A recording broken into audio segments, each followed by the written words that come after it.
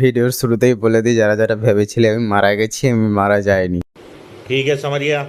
আমি বাড়িতে ছিলাম না, সেই জন্য গত এক সপ্তাহ কোনো ভিডিও করতে পারিনি।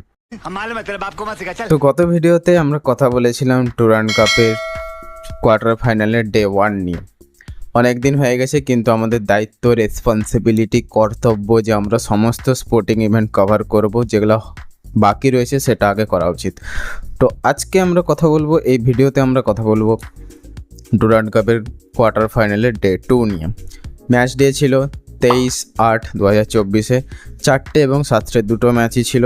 ফার্স্টে 7টার ম্যাচটা আমরা কথা বলে নিই, কারণ 4টের ম্যাচটা ছিল মোহনবাগানে। ম্যারিনার্স নিয়ে আমরা একটু লাস্টে কথা বলবো, বেশি কথা বলবো।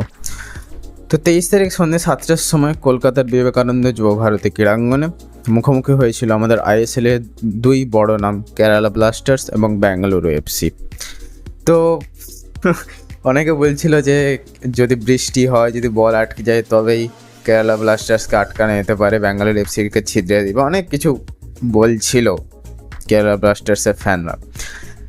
ভাই এত ওভার কনফিডেন্সও ভালো নয়, মানছি টিম ইজ গুড, প্রত্যেকটা প্লেয়ার ভালো, বড় franchise, champion team, but Bengaluru FC ওটা ঠিক আছে। বেঙ্গালুরু এফসি একমাত্র টিম আইএসএলে, আর আগের বছরে মুম্বাই সিটি এফসি ছিল, যে দুটো টিম মোহনবাগানকে ঠিকঠাক কম্পিটিশন দেয়।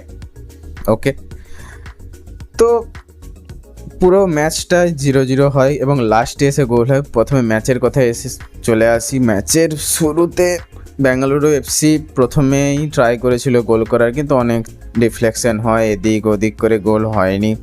কেরালা ব্লাস্টার্সও ভালো অ্যাটাক করেছে, কিন্তু বেঙ্গালুরু এফসির ডিফেন্স তাদেরকে ঢুকতে দেয়নি। ঢুকতে দিয়েছে, গোল পোস্টে ঢুকতে দিয়েছে, এক দুটো ডিফ্লেকশন হয়েছে, কিন্তু গোল আসেনি। ঠিক আছে, ইনজুরি টাইমের মধ্যে গোল আসেনি। 90 মিনিট হয়ে যাওয়ার পরে প্রায় 95 মিনিট মানে হুইসেল পড়েই যেত, একদম হুইসেল পড়েই যেত। তার শুরুতে একদম মাথায় 95 মিনিটের মাথাতে পেরেরা ডিয়াজ ওই গোল করার ছিল এবং ওই গোল করেছে। হ্যাঁ, আমাদের গোল মেশিনেও ছিল সুনীল ছেত্রী, বাট পেরেরা ডিয়াজের উপরে লোকের বেশি এক্সপেকটেশন এবং সেই এক্সপেকটেশনের মান মর্যাদা পেরেরা ডিয়াজ দিয়েছে, সেই নিয়ে কোনো অসুবিধা নেই।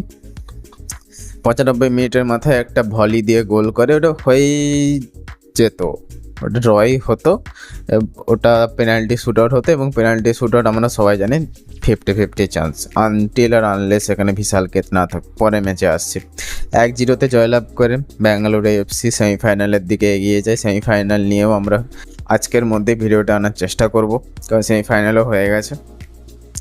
ম্যাচ নাম্বার 2, অ্যাকচুয়ালি ওটা ম্যাচ নাম্বার 1 ছিল, আমরা এখানে ম্যাচ নাম্বার 2 বানিয়ে দিয়েছি।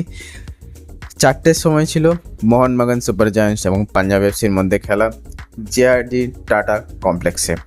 ওকে, তো এই ম্যাচটা জমেছে, যারা যারা ম্যাচটা দেখতে গিয়েছিল তাদের ফুল পয়সা বসুল। 3টে ছড়া গোল হয়েছে, পেনাল্টি শ্যুট আউট উদ্ঘর্ষ হয়েছে। সেই লুকা, চুল বাঁধা লুকা 16 মিনিটের মাথায় একটা পেনাল্টি পাই। পেনাল্টিটা ছিল কি ছিল না আমি জানি না, কিন্তু পেনাল্টি পায়। প্রত্যেক পেনাল্টি হলেই একদল বলে ছিল, একদল বলে ছিল না, এই নিয়ে কোনোদিনও তর্কের শেষ হবে না। 43 মিনিটের মধ্যে ক্রেগ স্টুয়ার্ট একটা ডিফ্লেকশনের মাধ্যমে গোল করে। প্রথম হাফ 1-1 শেষ হয়। সেকেন্ড হাফের শুরুতেই মনভীর সিং, আমাদের ওজি মনভীর সিং 47 মিনিটের মাথায় একটা গোল করে দেয়।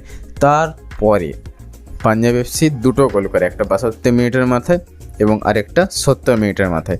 তো 2-3 পাঞ্জাব এফসি লিড চলছিল, কিন্তু পরন্তু আমাদের বিগ ম্যাচের বিগ প্লেয়ার জেসন কামিন্স 78 মিনিটের মাথায় গোল করে 3-3 করে, বা এক্সট্রা টাইমের দিকে যায়। এখানে এক্সট্রা টাইমে ছিল না, থাকে না ডুরান্ড কাপে extra time, direct penalty shoot out হয়। পেনাল্টি শ্যুট আউটে বলে রাখি, প্রথমে মোহনবাগান মিস খায়, সেই নিয়ে প্রথমে চাপ হয়ে যায়, কিন্তু সেটা জেসন কামিন্সই মিস খায়, ঠিক আছে। কিন্তু তারপরে বিশাল দ্য সুপার হিউম্যান কাইত, আমি জানি না, আমার কোনো আইডিয়া নেই বিশাল কেতকে কেন ইন্ডিয়া ক্যাম্পে ডাক বিশাল কেতকে ডাক। আমি জানি গুরপ্রীত সিং সান্ধু আছে, এখনও আছে, কিন্তু বিশাল কেতেরও বয়সটা দিন দিন কমছে না, ও প্রায় 28-29 দোরগোড়ায় পৌঁছে গেছে, আমি যদি খুব ভুল না হয়, ঠিক আছে। পিক চলছে, বোঝা যাচ্ছে বিশাল কেতের পিক চলছে। ইন্টারকন্টিনেন্টাল কাপে অন্তত স্কোয়াডে রাখতে পারতিস, না খেলাতিস সেটা তোদের ব্যাপার, স্কোয়াডে রাখতে পারতিস, ক্যাম্পটাতে তো নিয়ে যেতিস। কোয়ার্টার ফাইনালে দুটো পেনাল্টি সেভ করলো, সেমিফাইনালে দুটো পেনাল্টি সেভ করলো।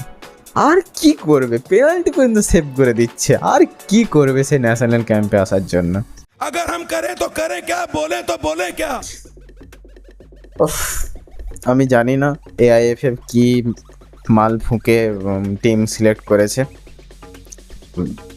আমার রিকোয়েস্ট, আমার হাত জোর করে AIFF এর রিকোয়েস্ট, যদি কোনো বাঙালি কর্তা এটাকে দেখতে পাও এবং তারা যদি মনে হয় যে বিশালকেতকে চান্স দেওয়া হচ্ছে, প্লিজ প্লিজ বিশালকেতে প্রাইম চলে যাওয়ার আগে বিশালকেতকে চান্স দেওয়া হোক, ঠিক আছে? তো ওপাশ থেকে উঠে যায় ব্যাঙ্গালোর FC এবং এপাশ থেকে উঠে যায় মোহনবাগান সুপার জায়ান্টস। সেমিফাইনালে এই দুটোই টিম মুখোমুখি হয়, সেটাও আমরা জানি। সেমিফাইনালের ভিডিও খুব শীঘ্রই আসছে, বেশি দেরি করব না, এমনিতে অনেক দেরি হয়ে গেছে। তো এই ভিডিওটা ভালো লেগে থাকলে ভিডিওকে লাইক করবে, কমেন্টে তোমরা লিখে যাবে মোহনবাগান সুপার জায়ান্টসের পারফরমেন্স হোল সিজন ওয়াইজ কেমন লেগেছে, এবং এটাও লিখে যাবে যে পুরো টিমের মধ্যে কার পারফরমেন্স তোমাদের বেস্ট লেগেছে, ঠিক আছে? এবং সাপোর্ট করো। ভাই চলে এসেছে, ভাই একটা ব্রেক নিয়েছিল, ভাই অ্যাকচুয়ালি বাড়িতে ছিল না, ঠিক আছে? ভিডিওর প্রথমেই বলেছিলাম। নেক্সট ভিডিওতে সেমিফাইনাল আসছে। यार तेरा सुपरस्टार देसी कलाकार मैं पुत जट दा मन दा निहार।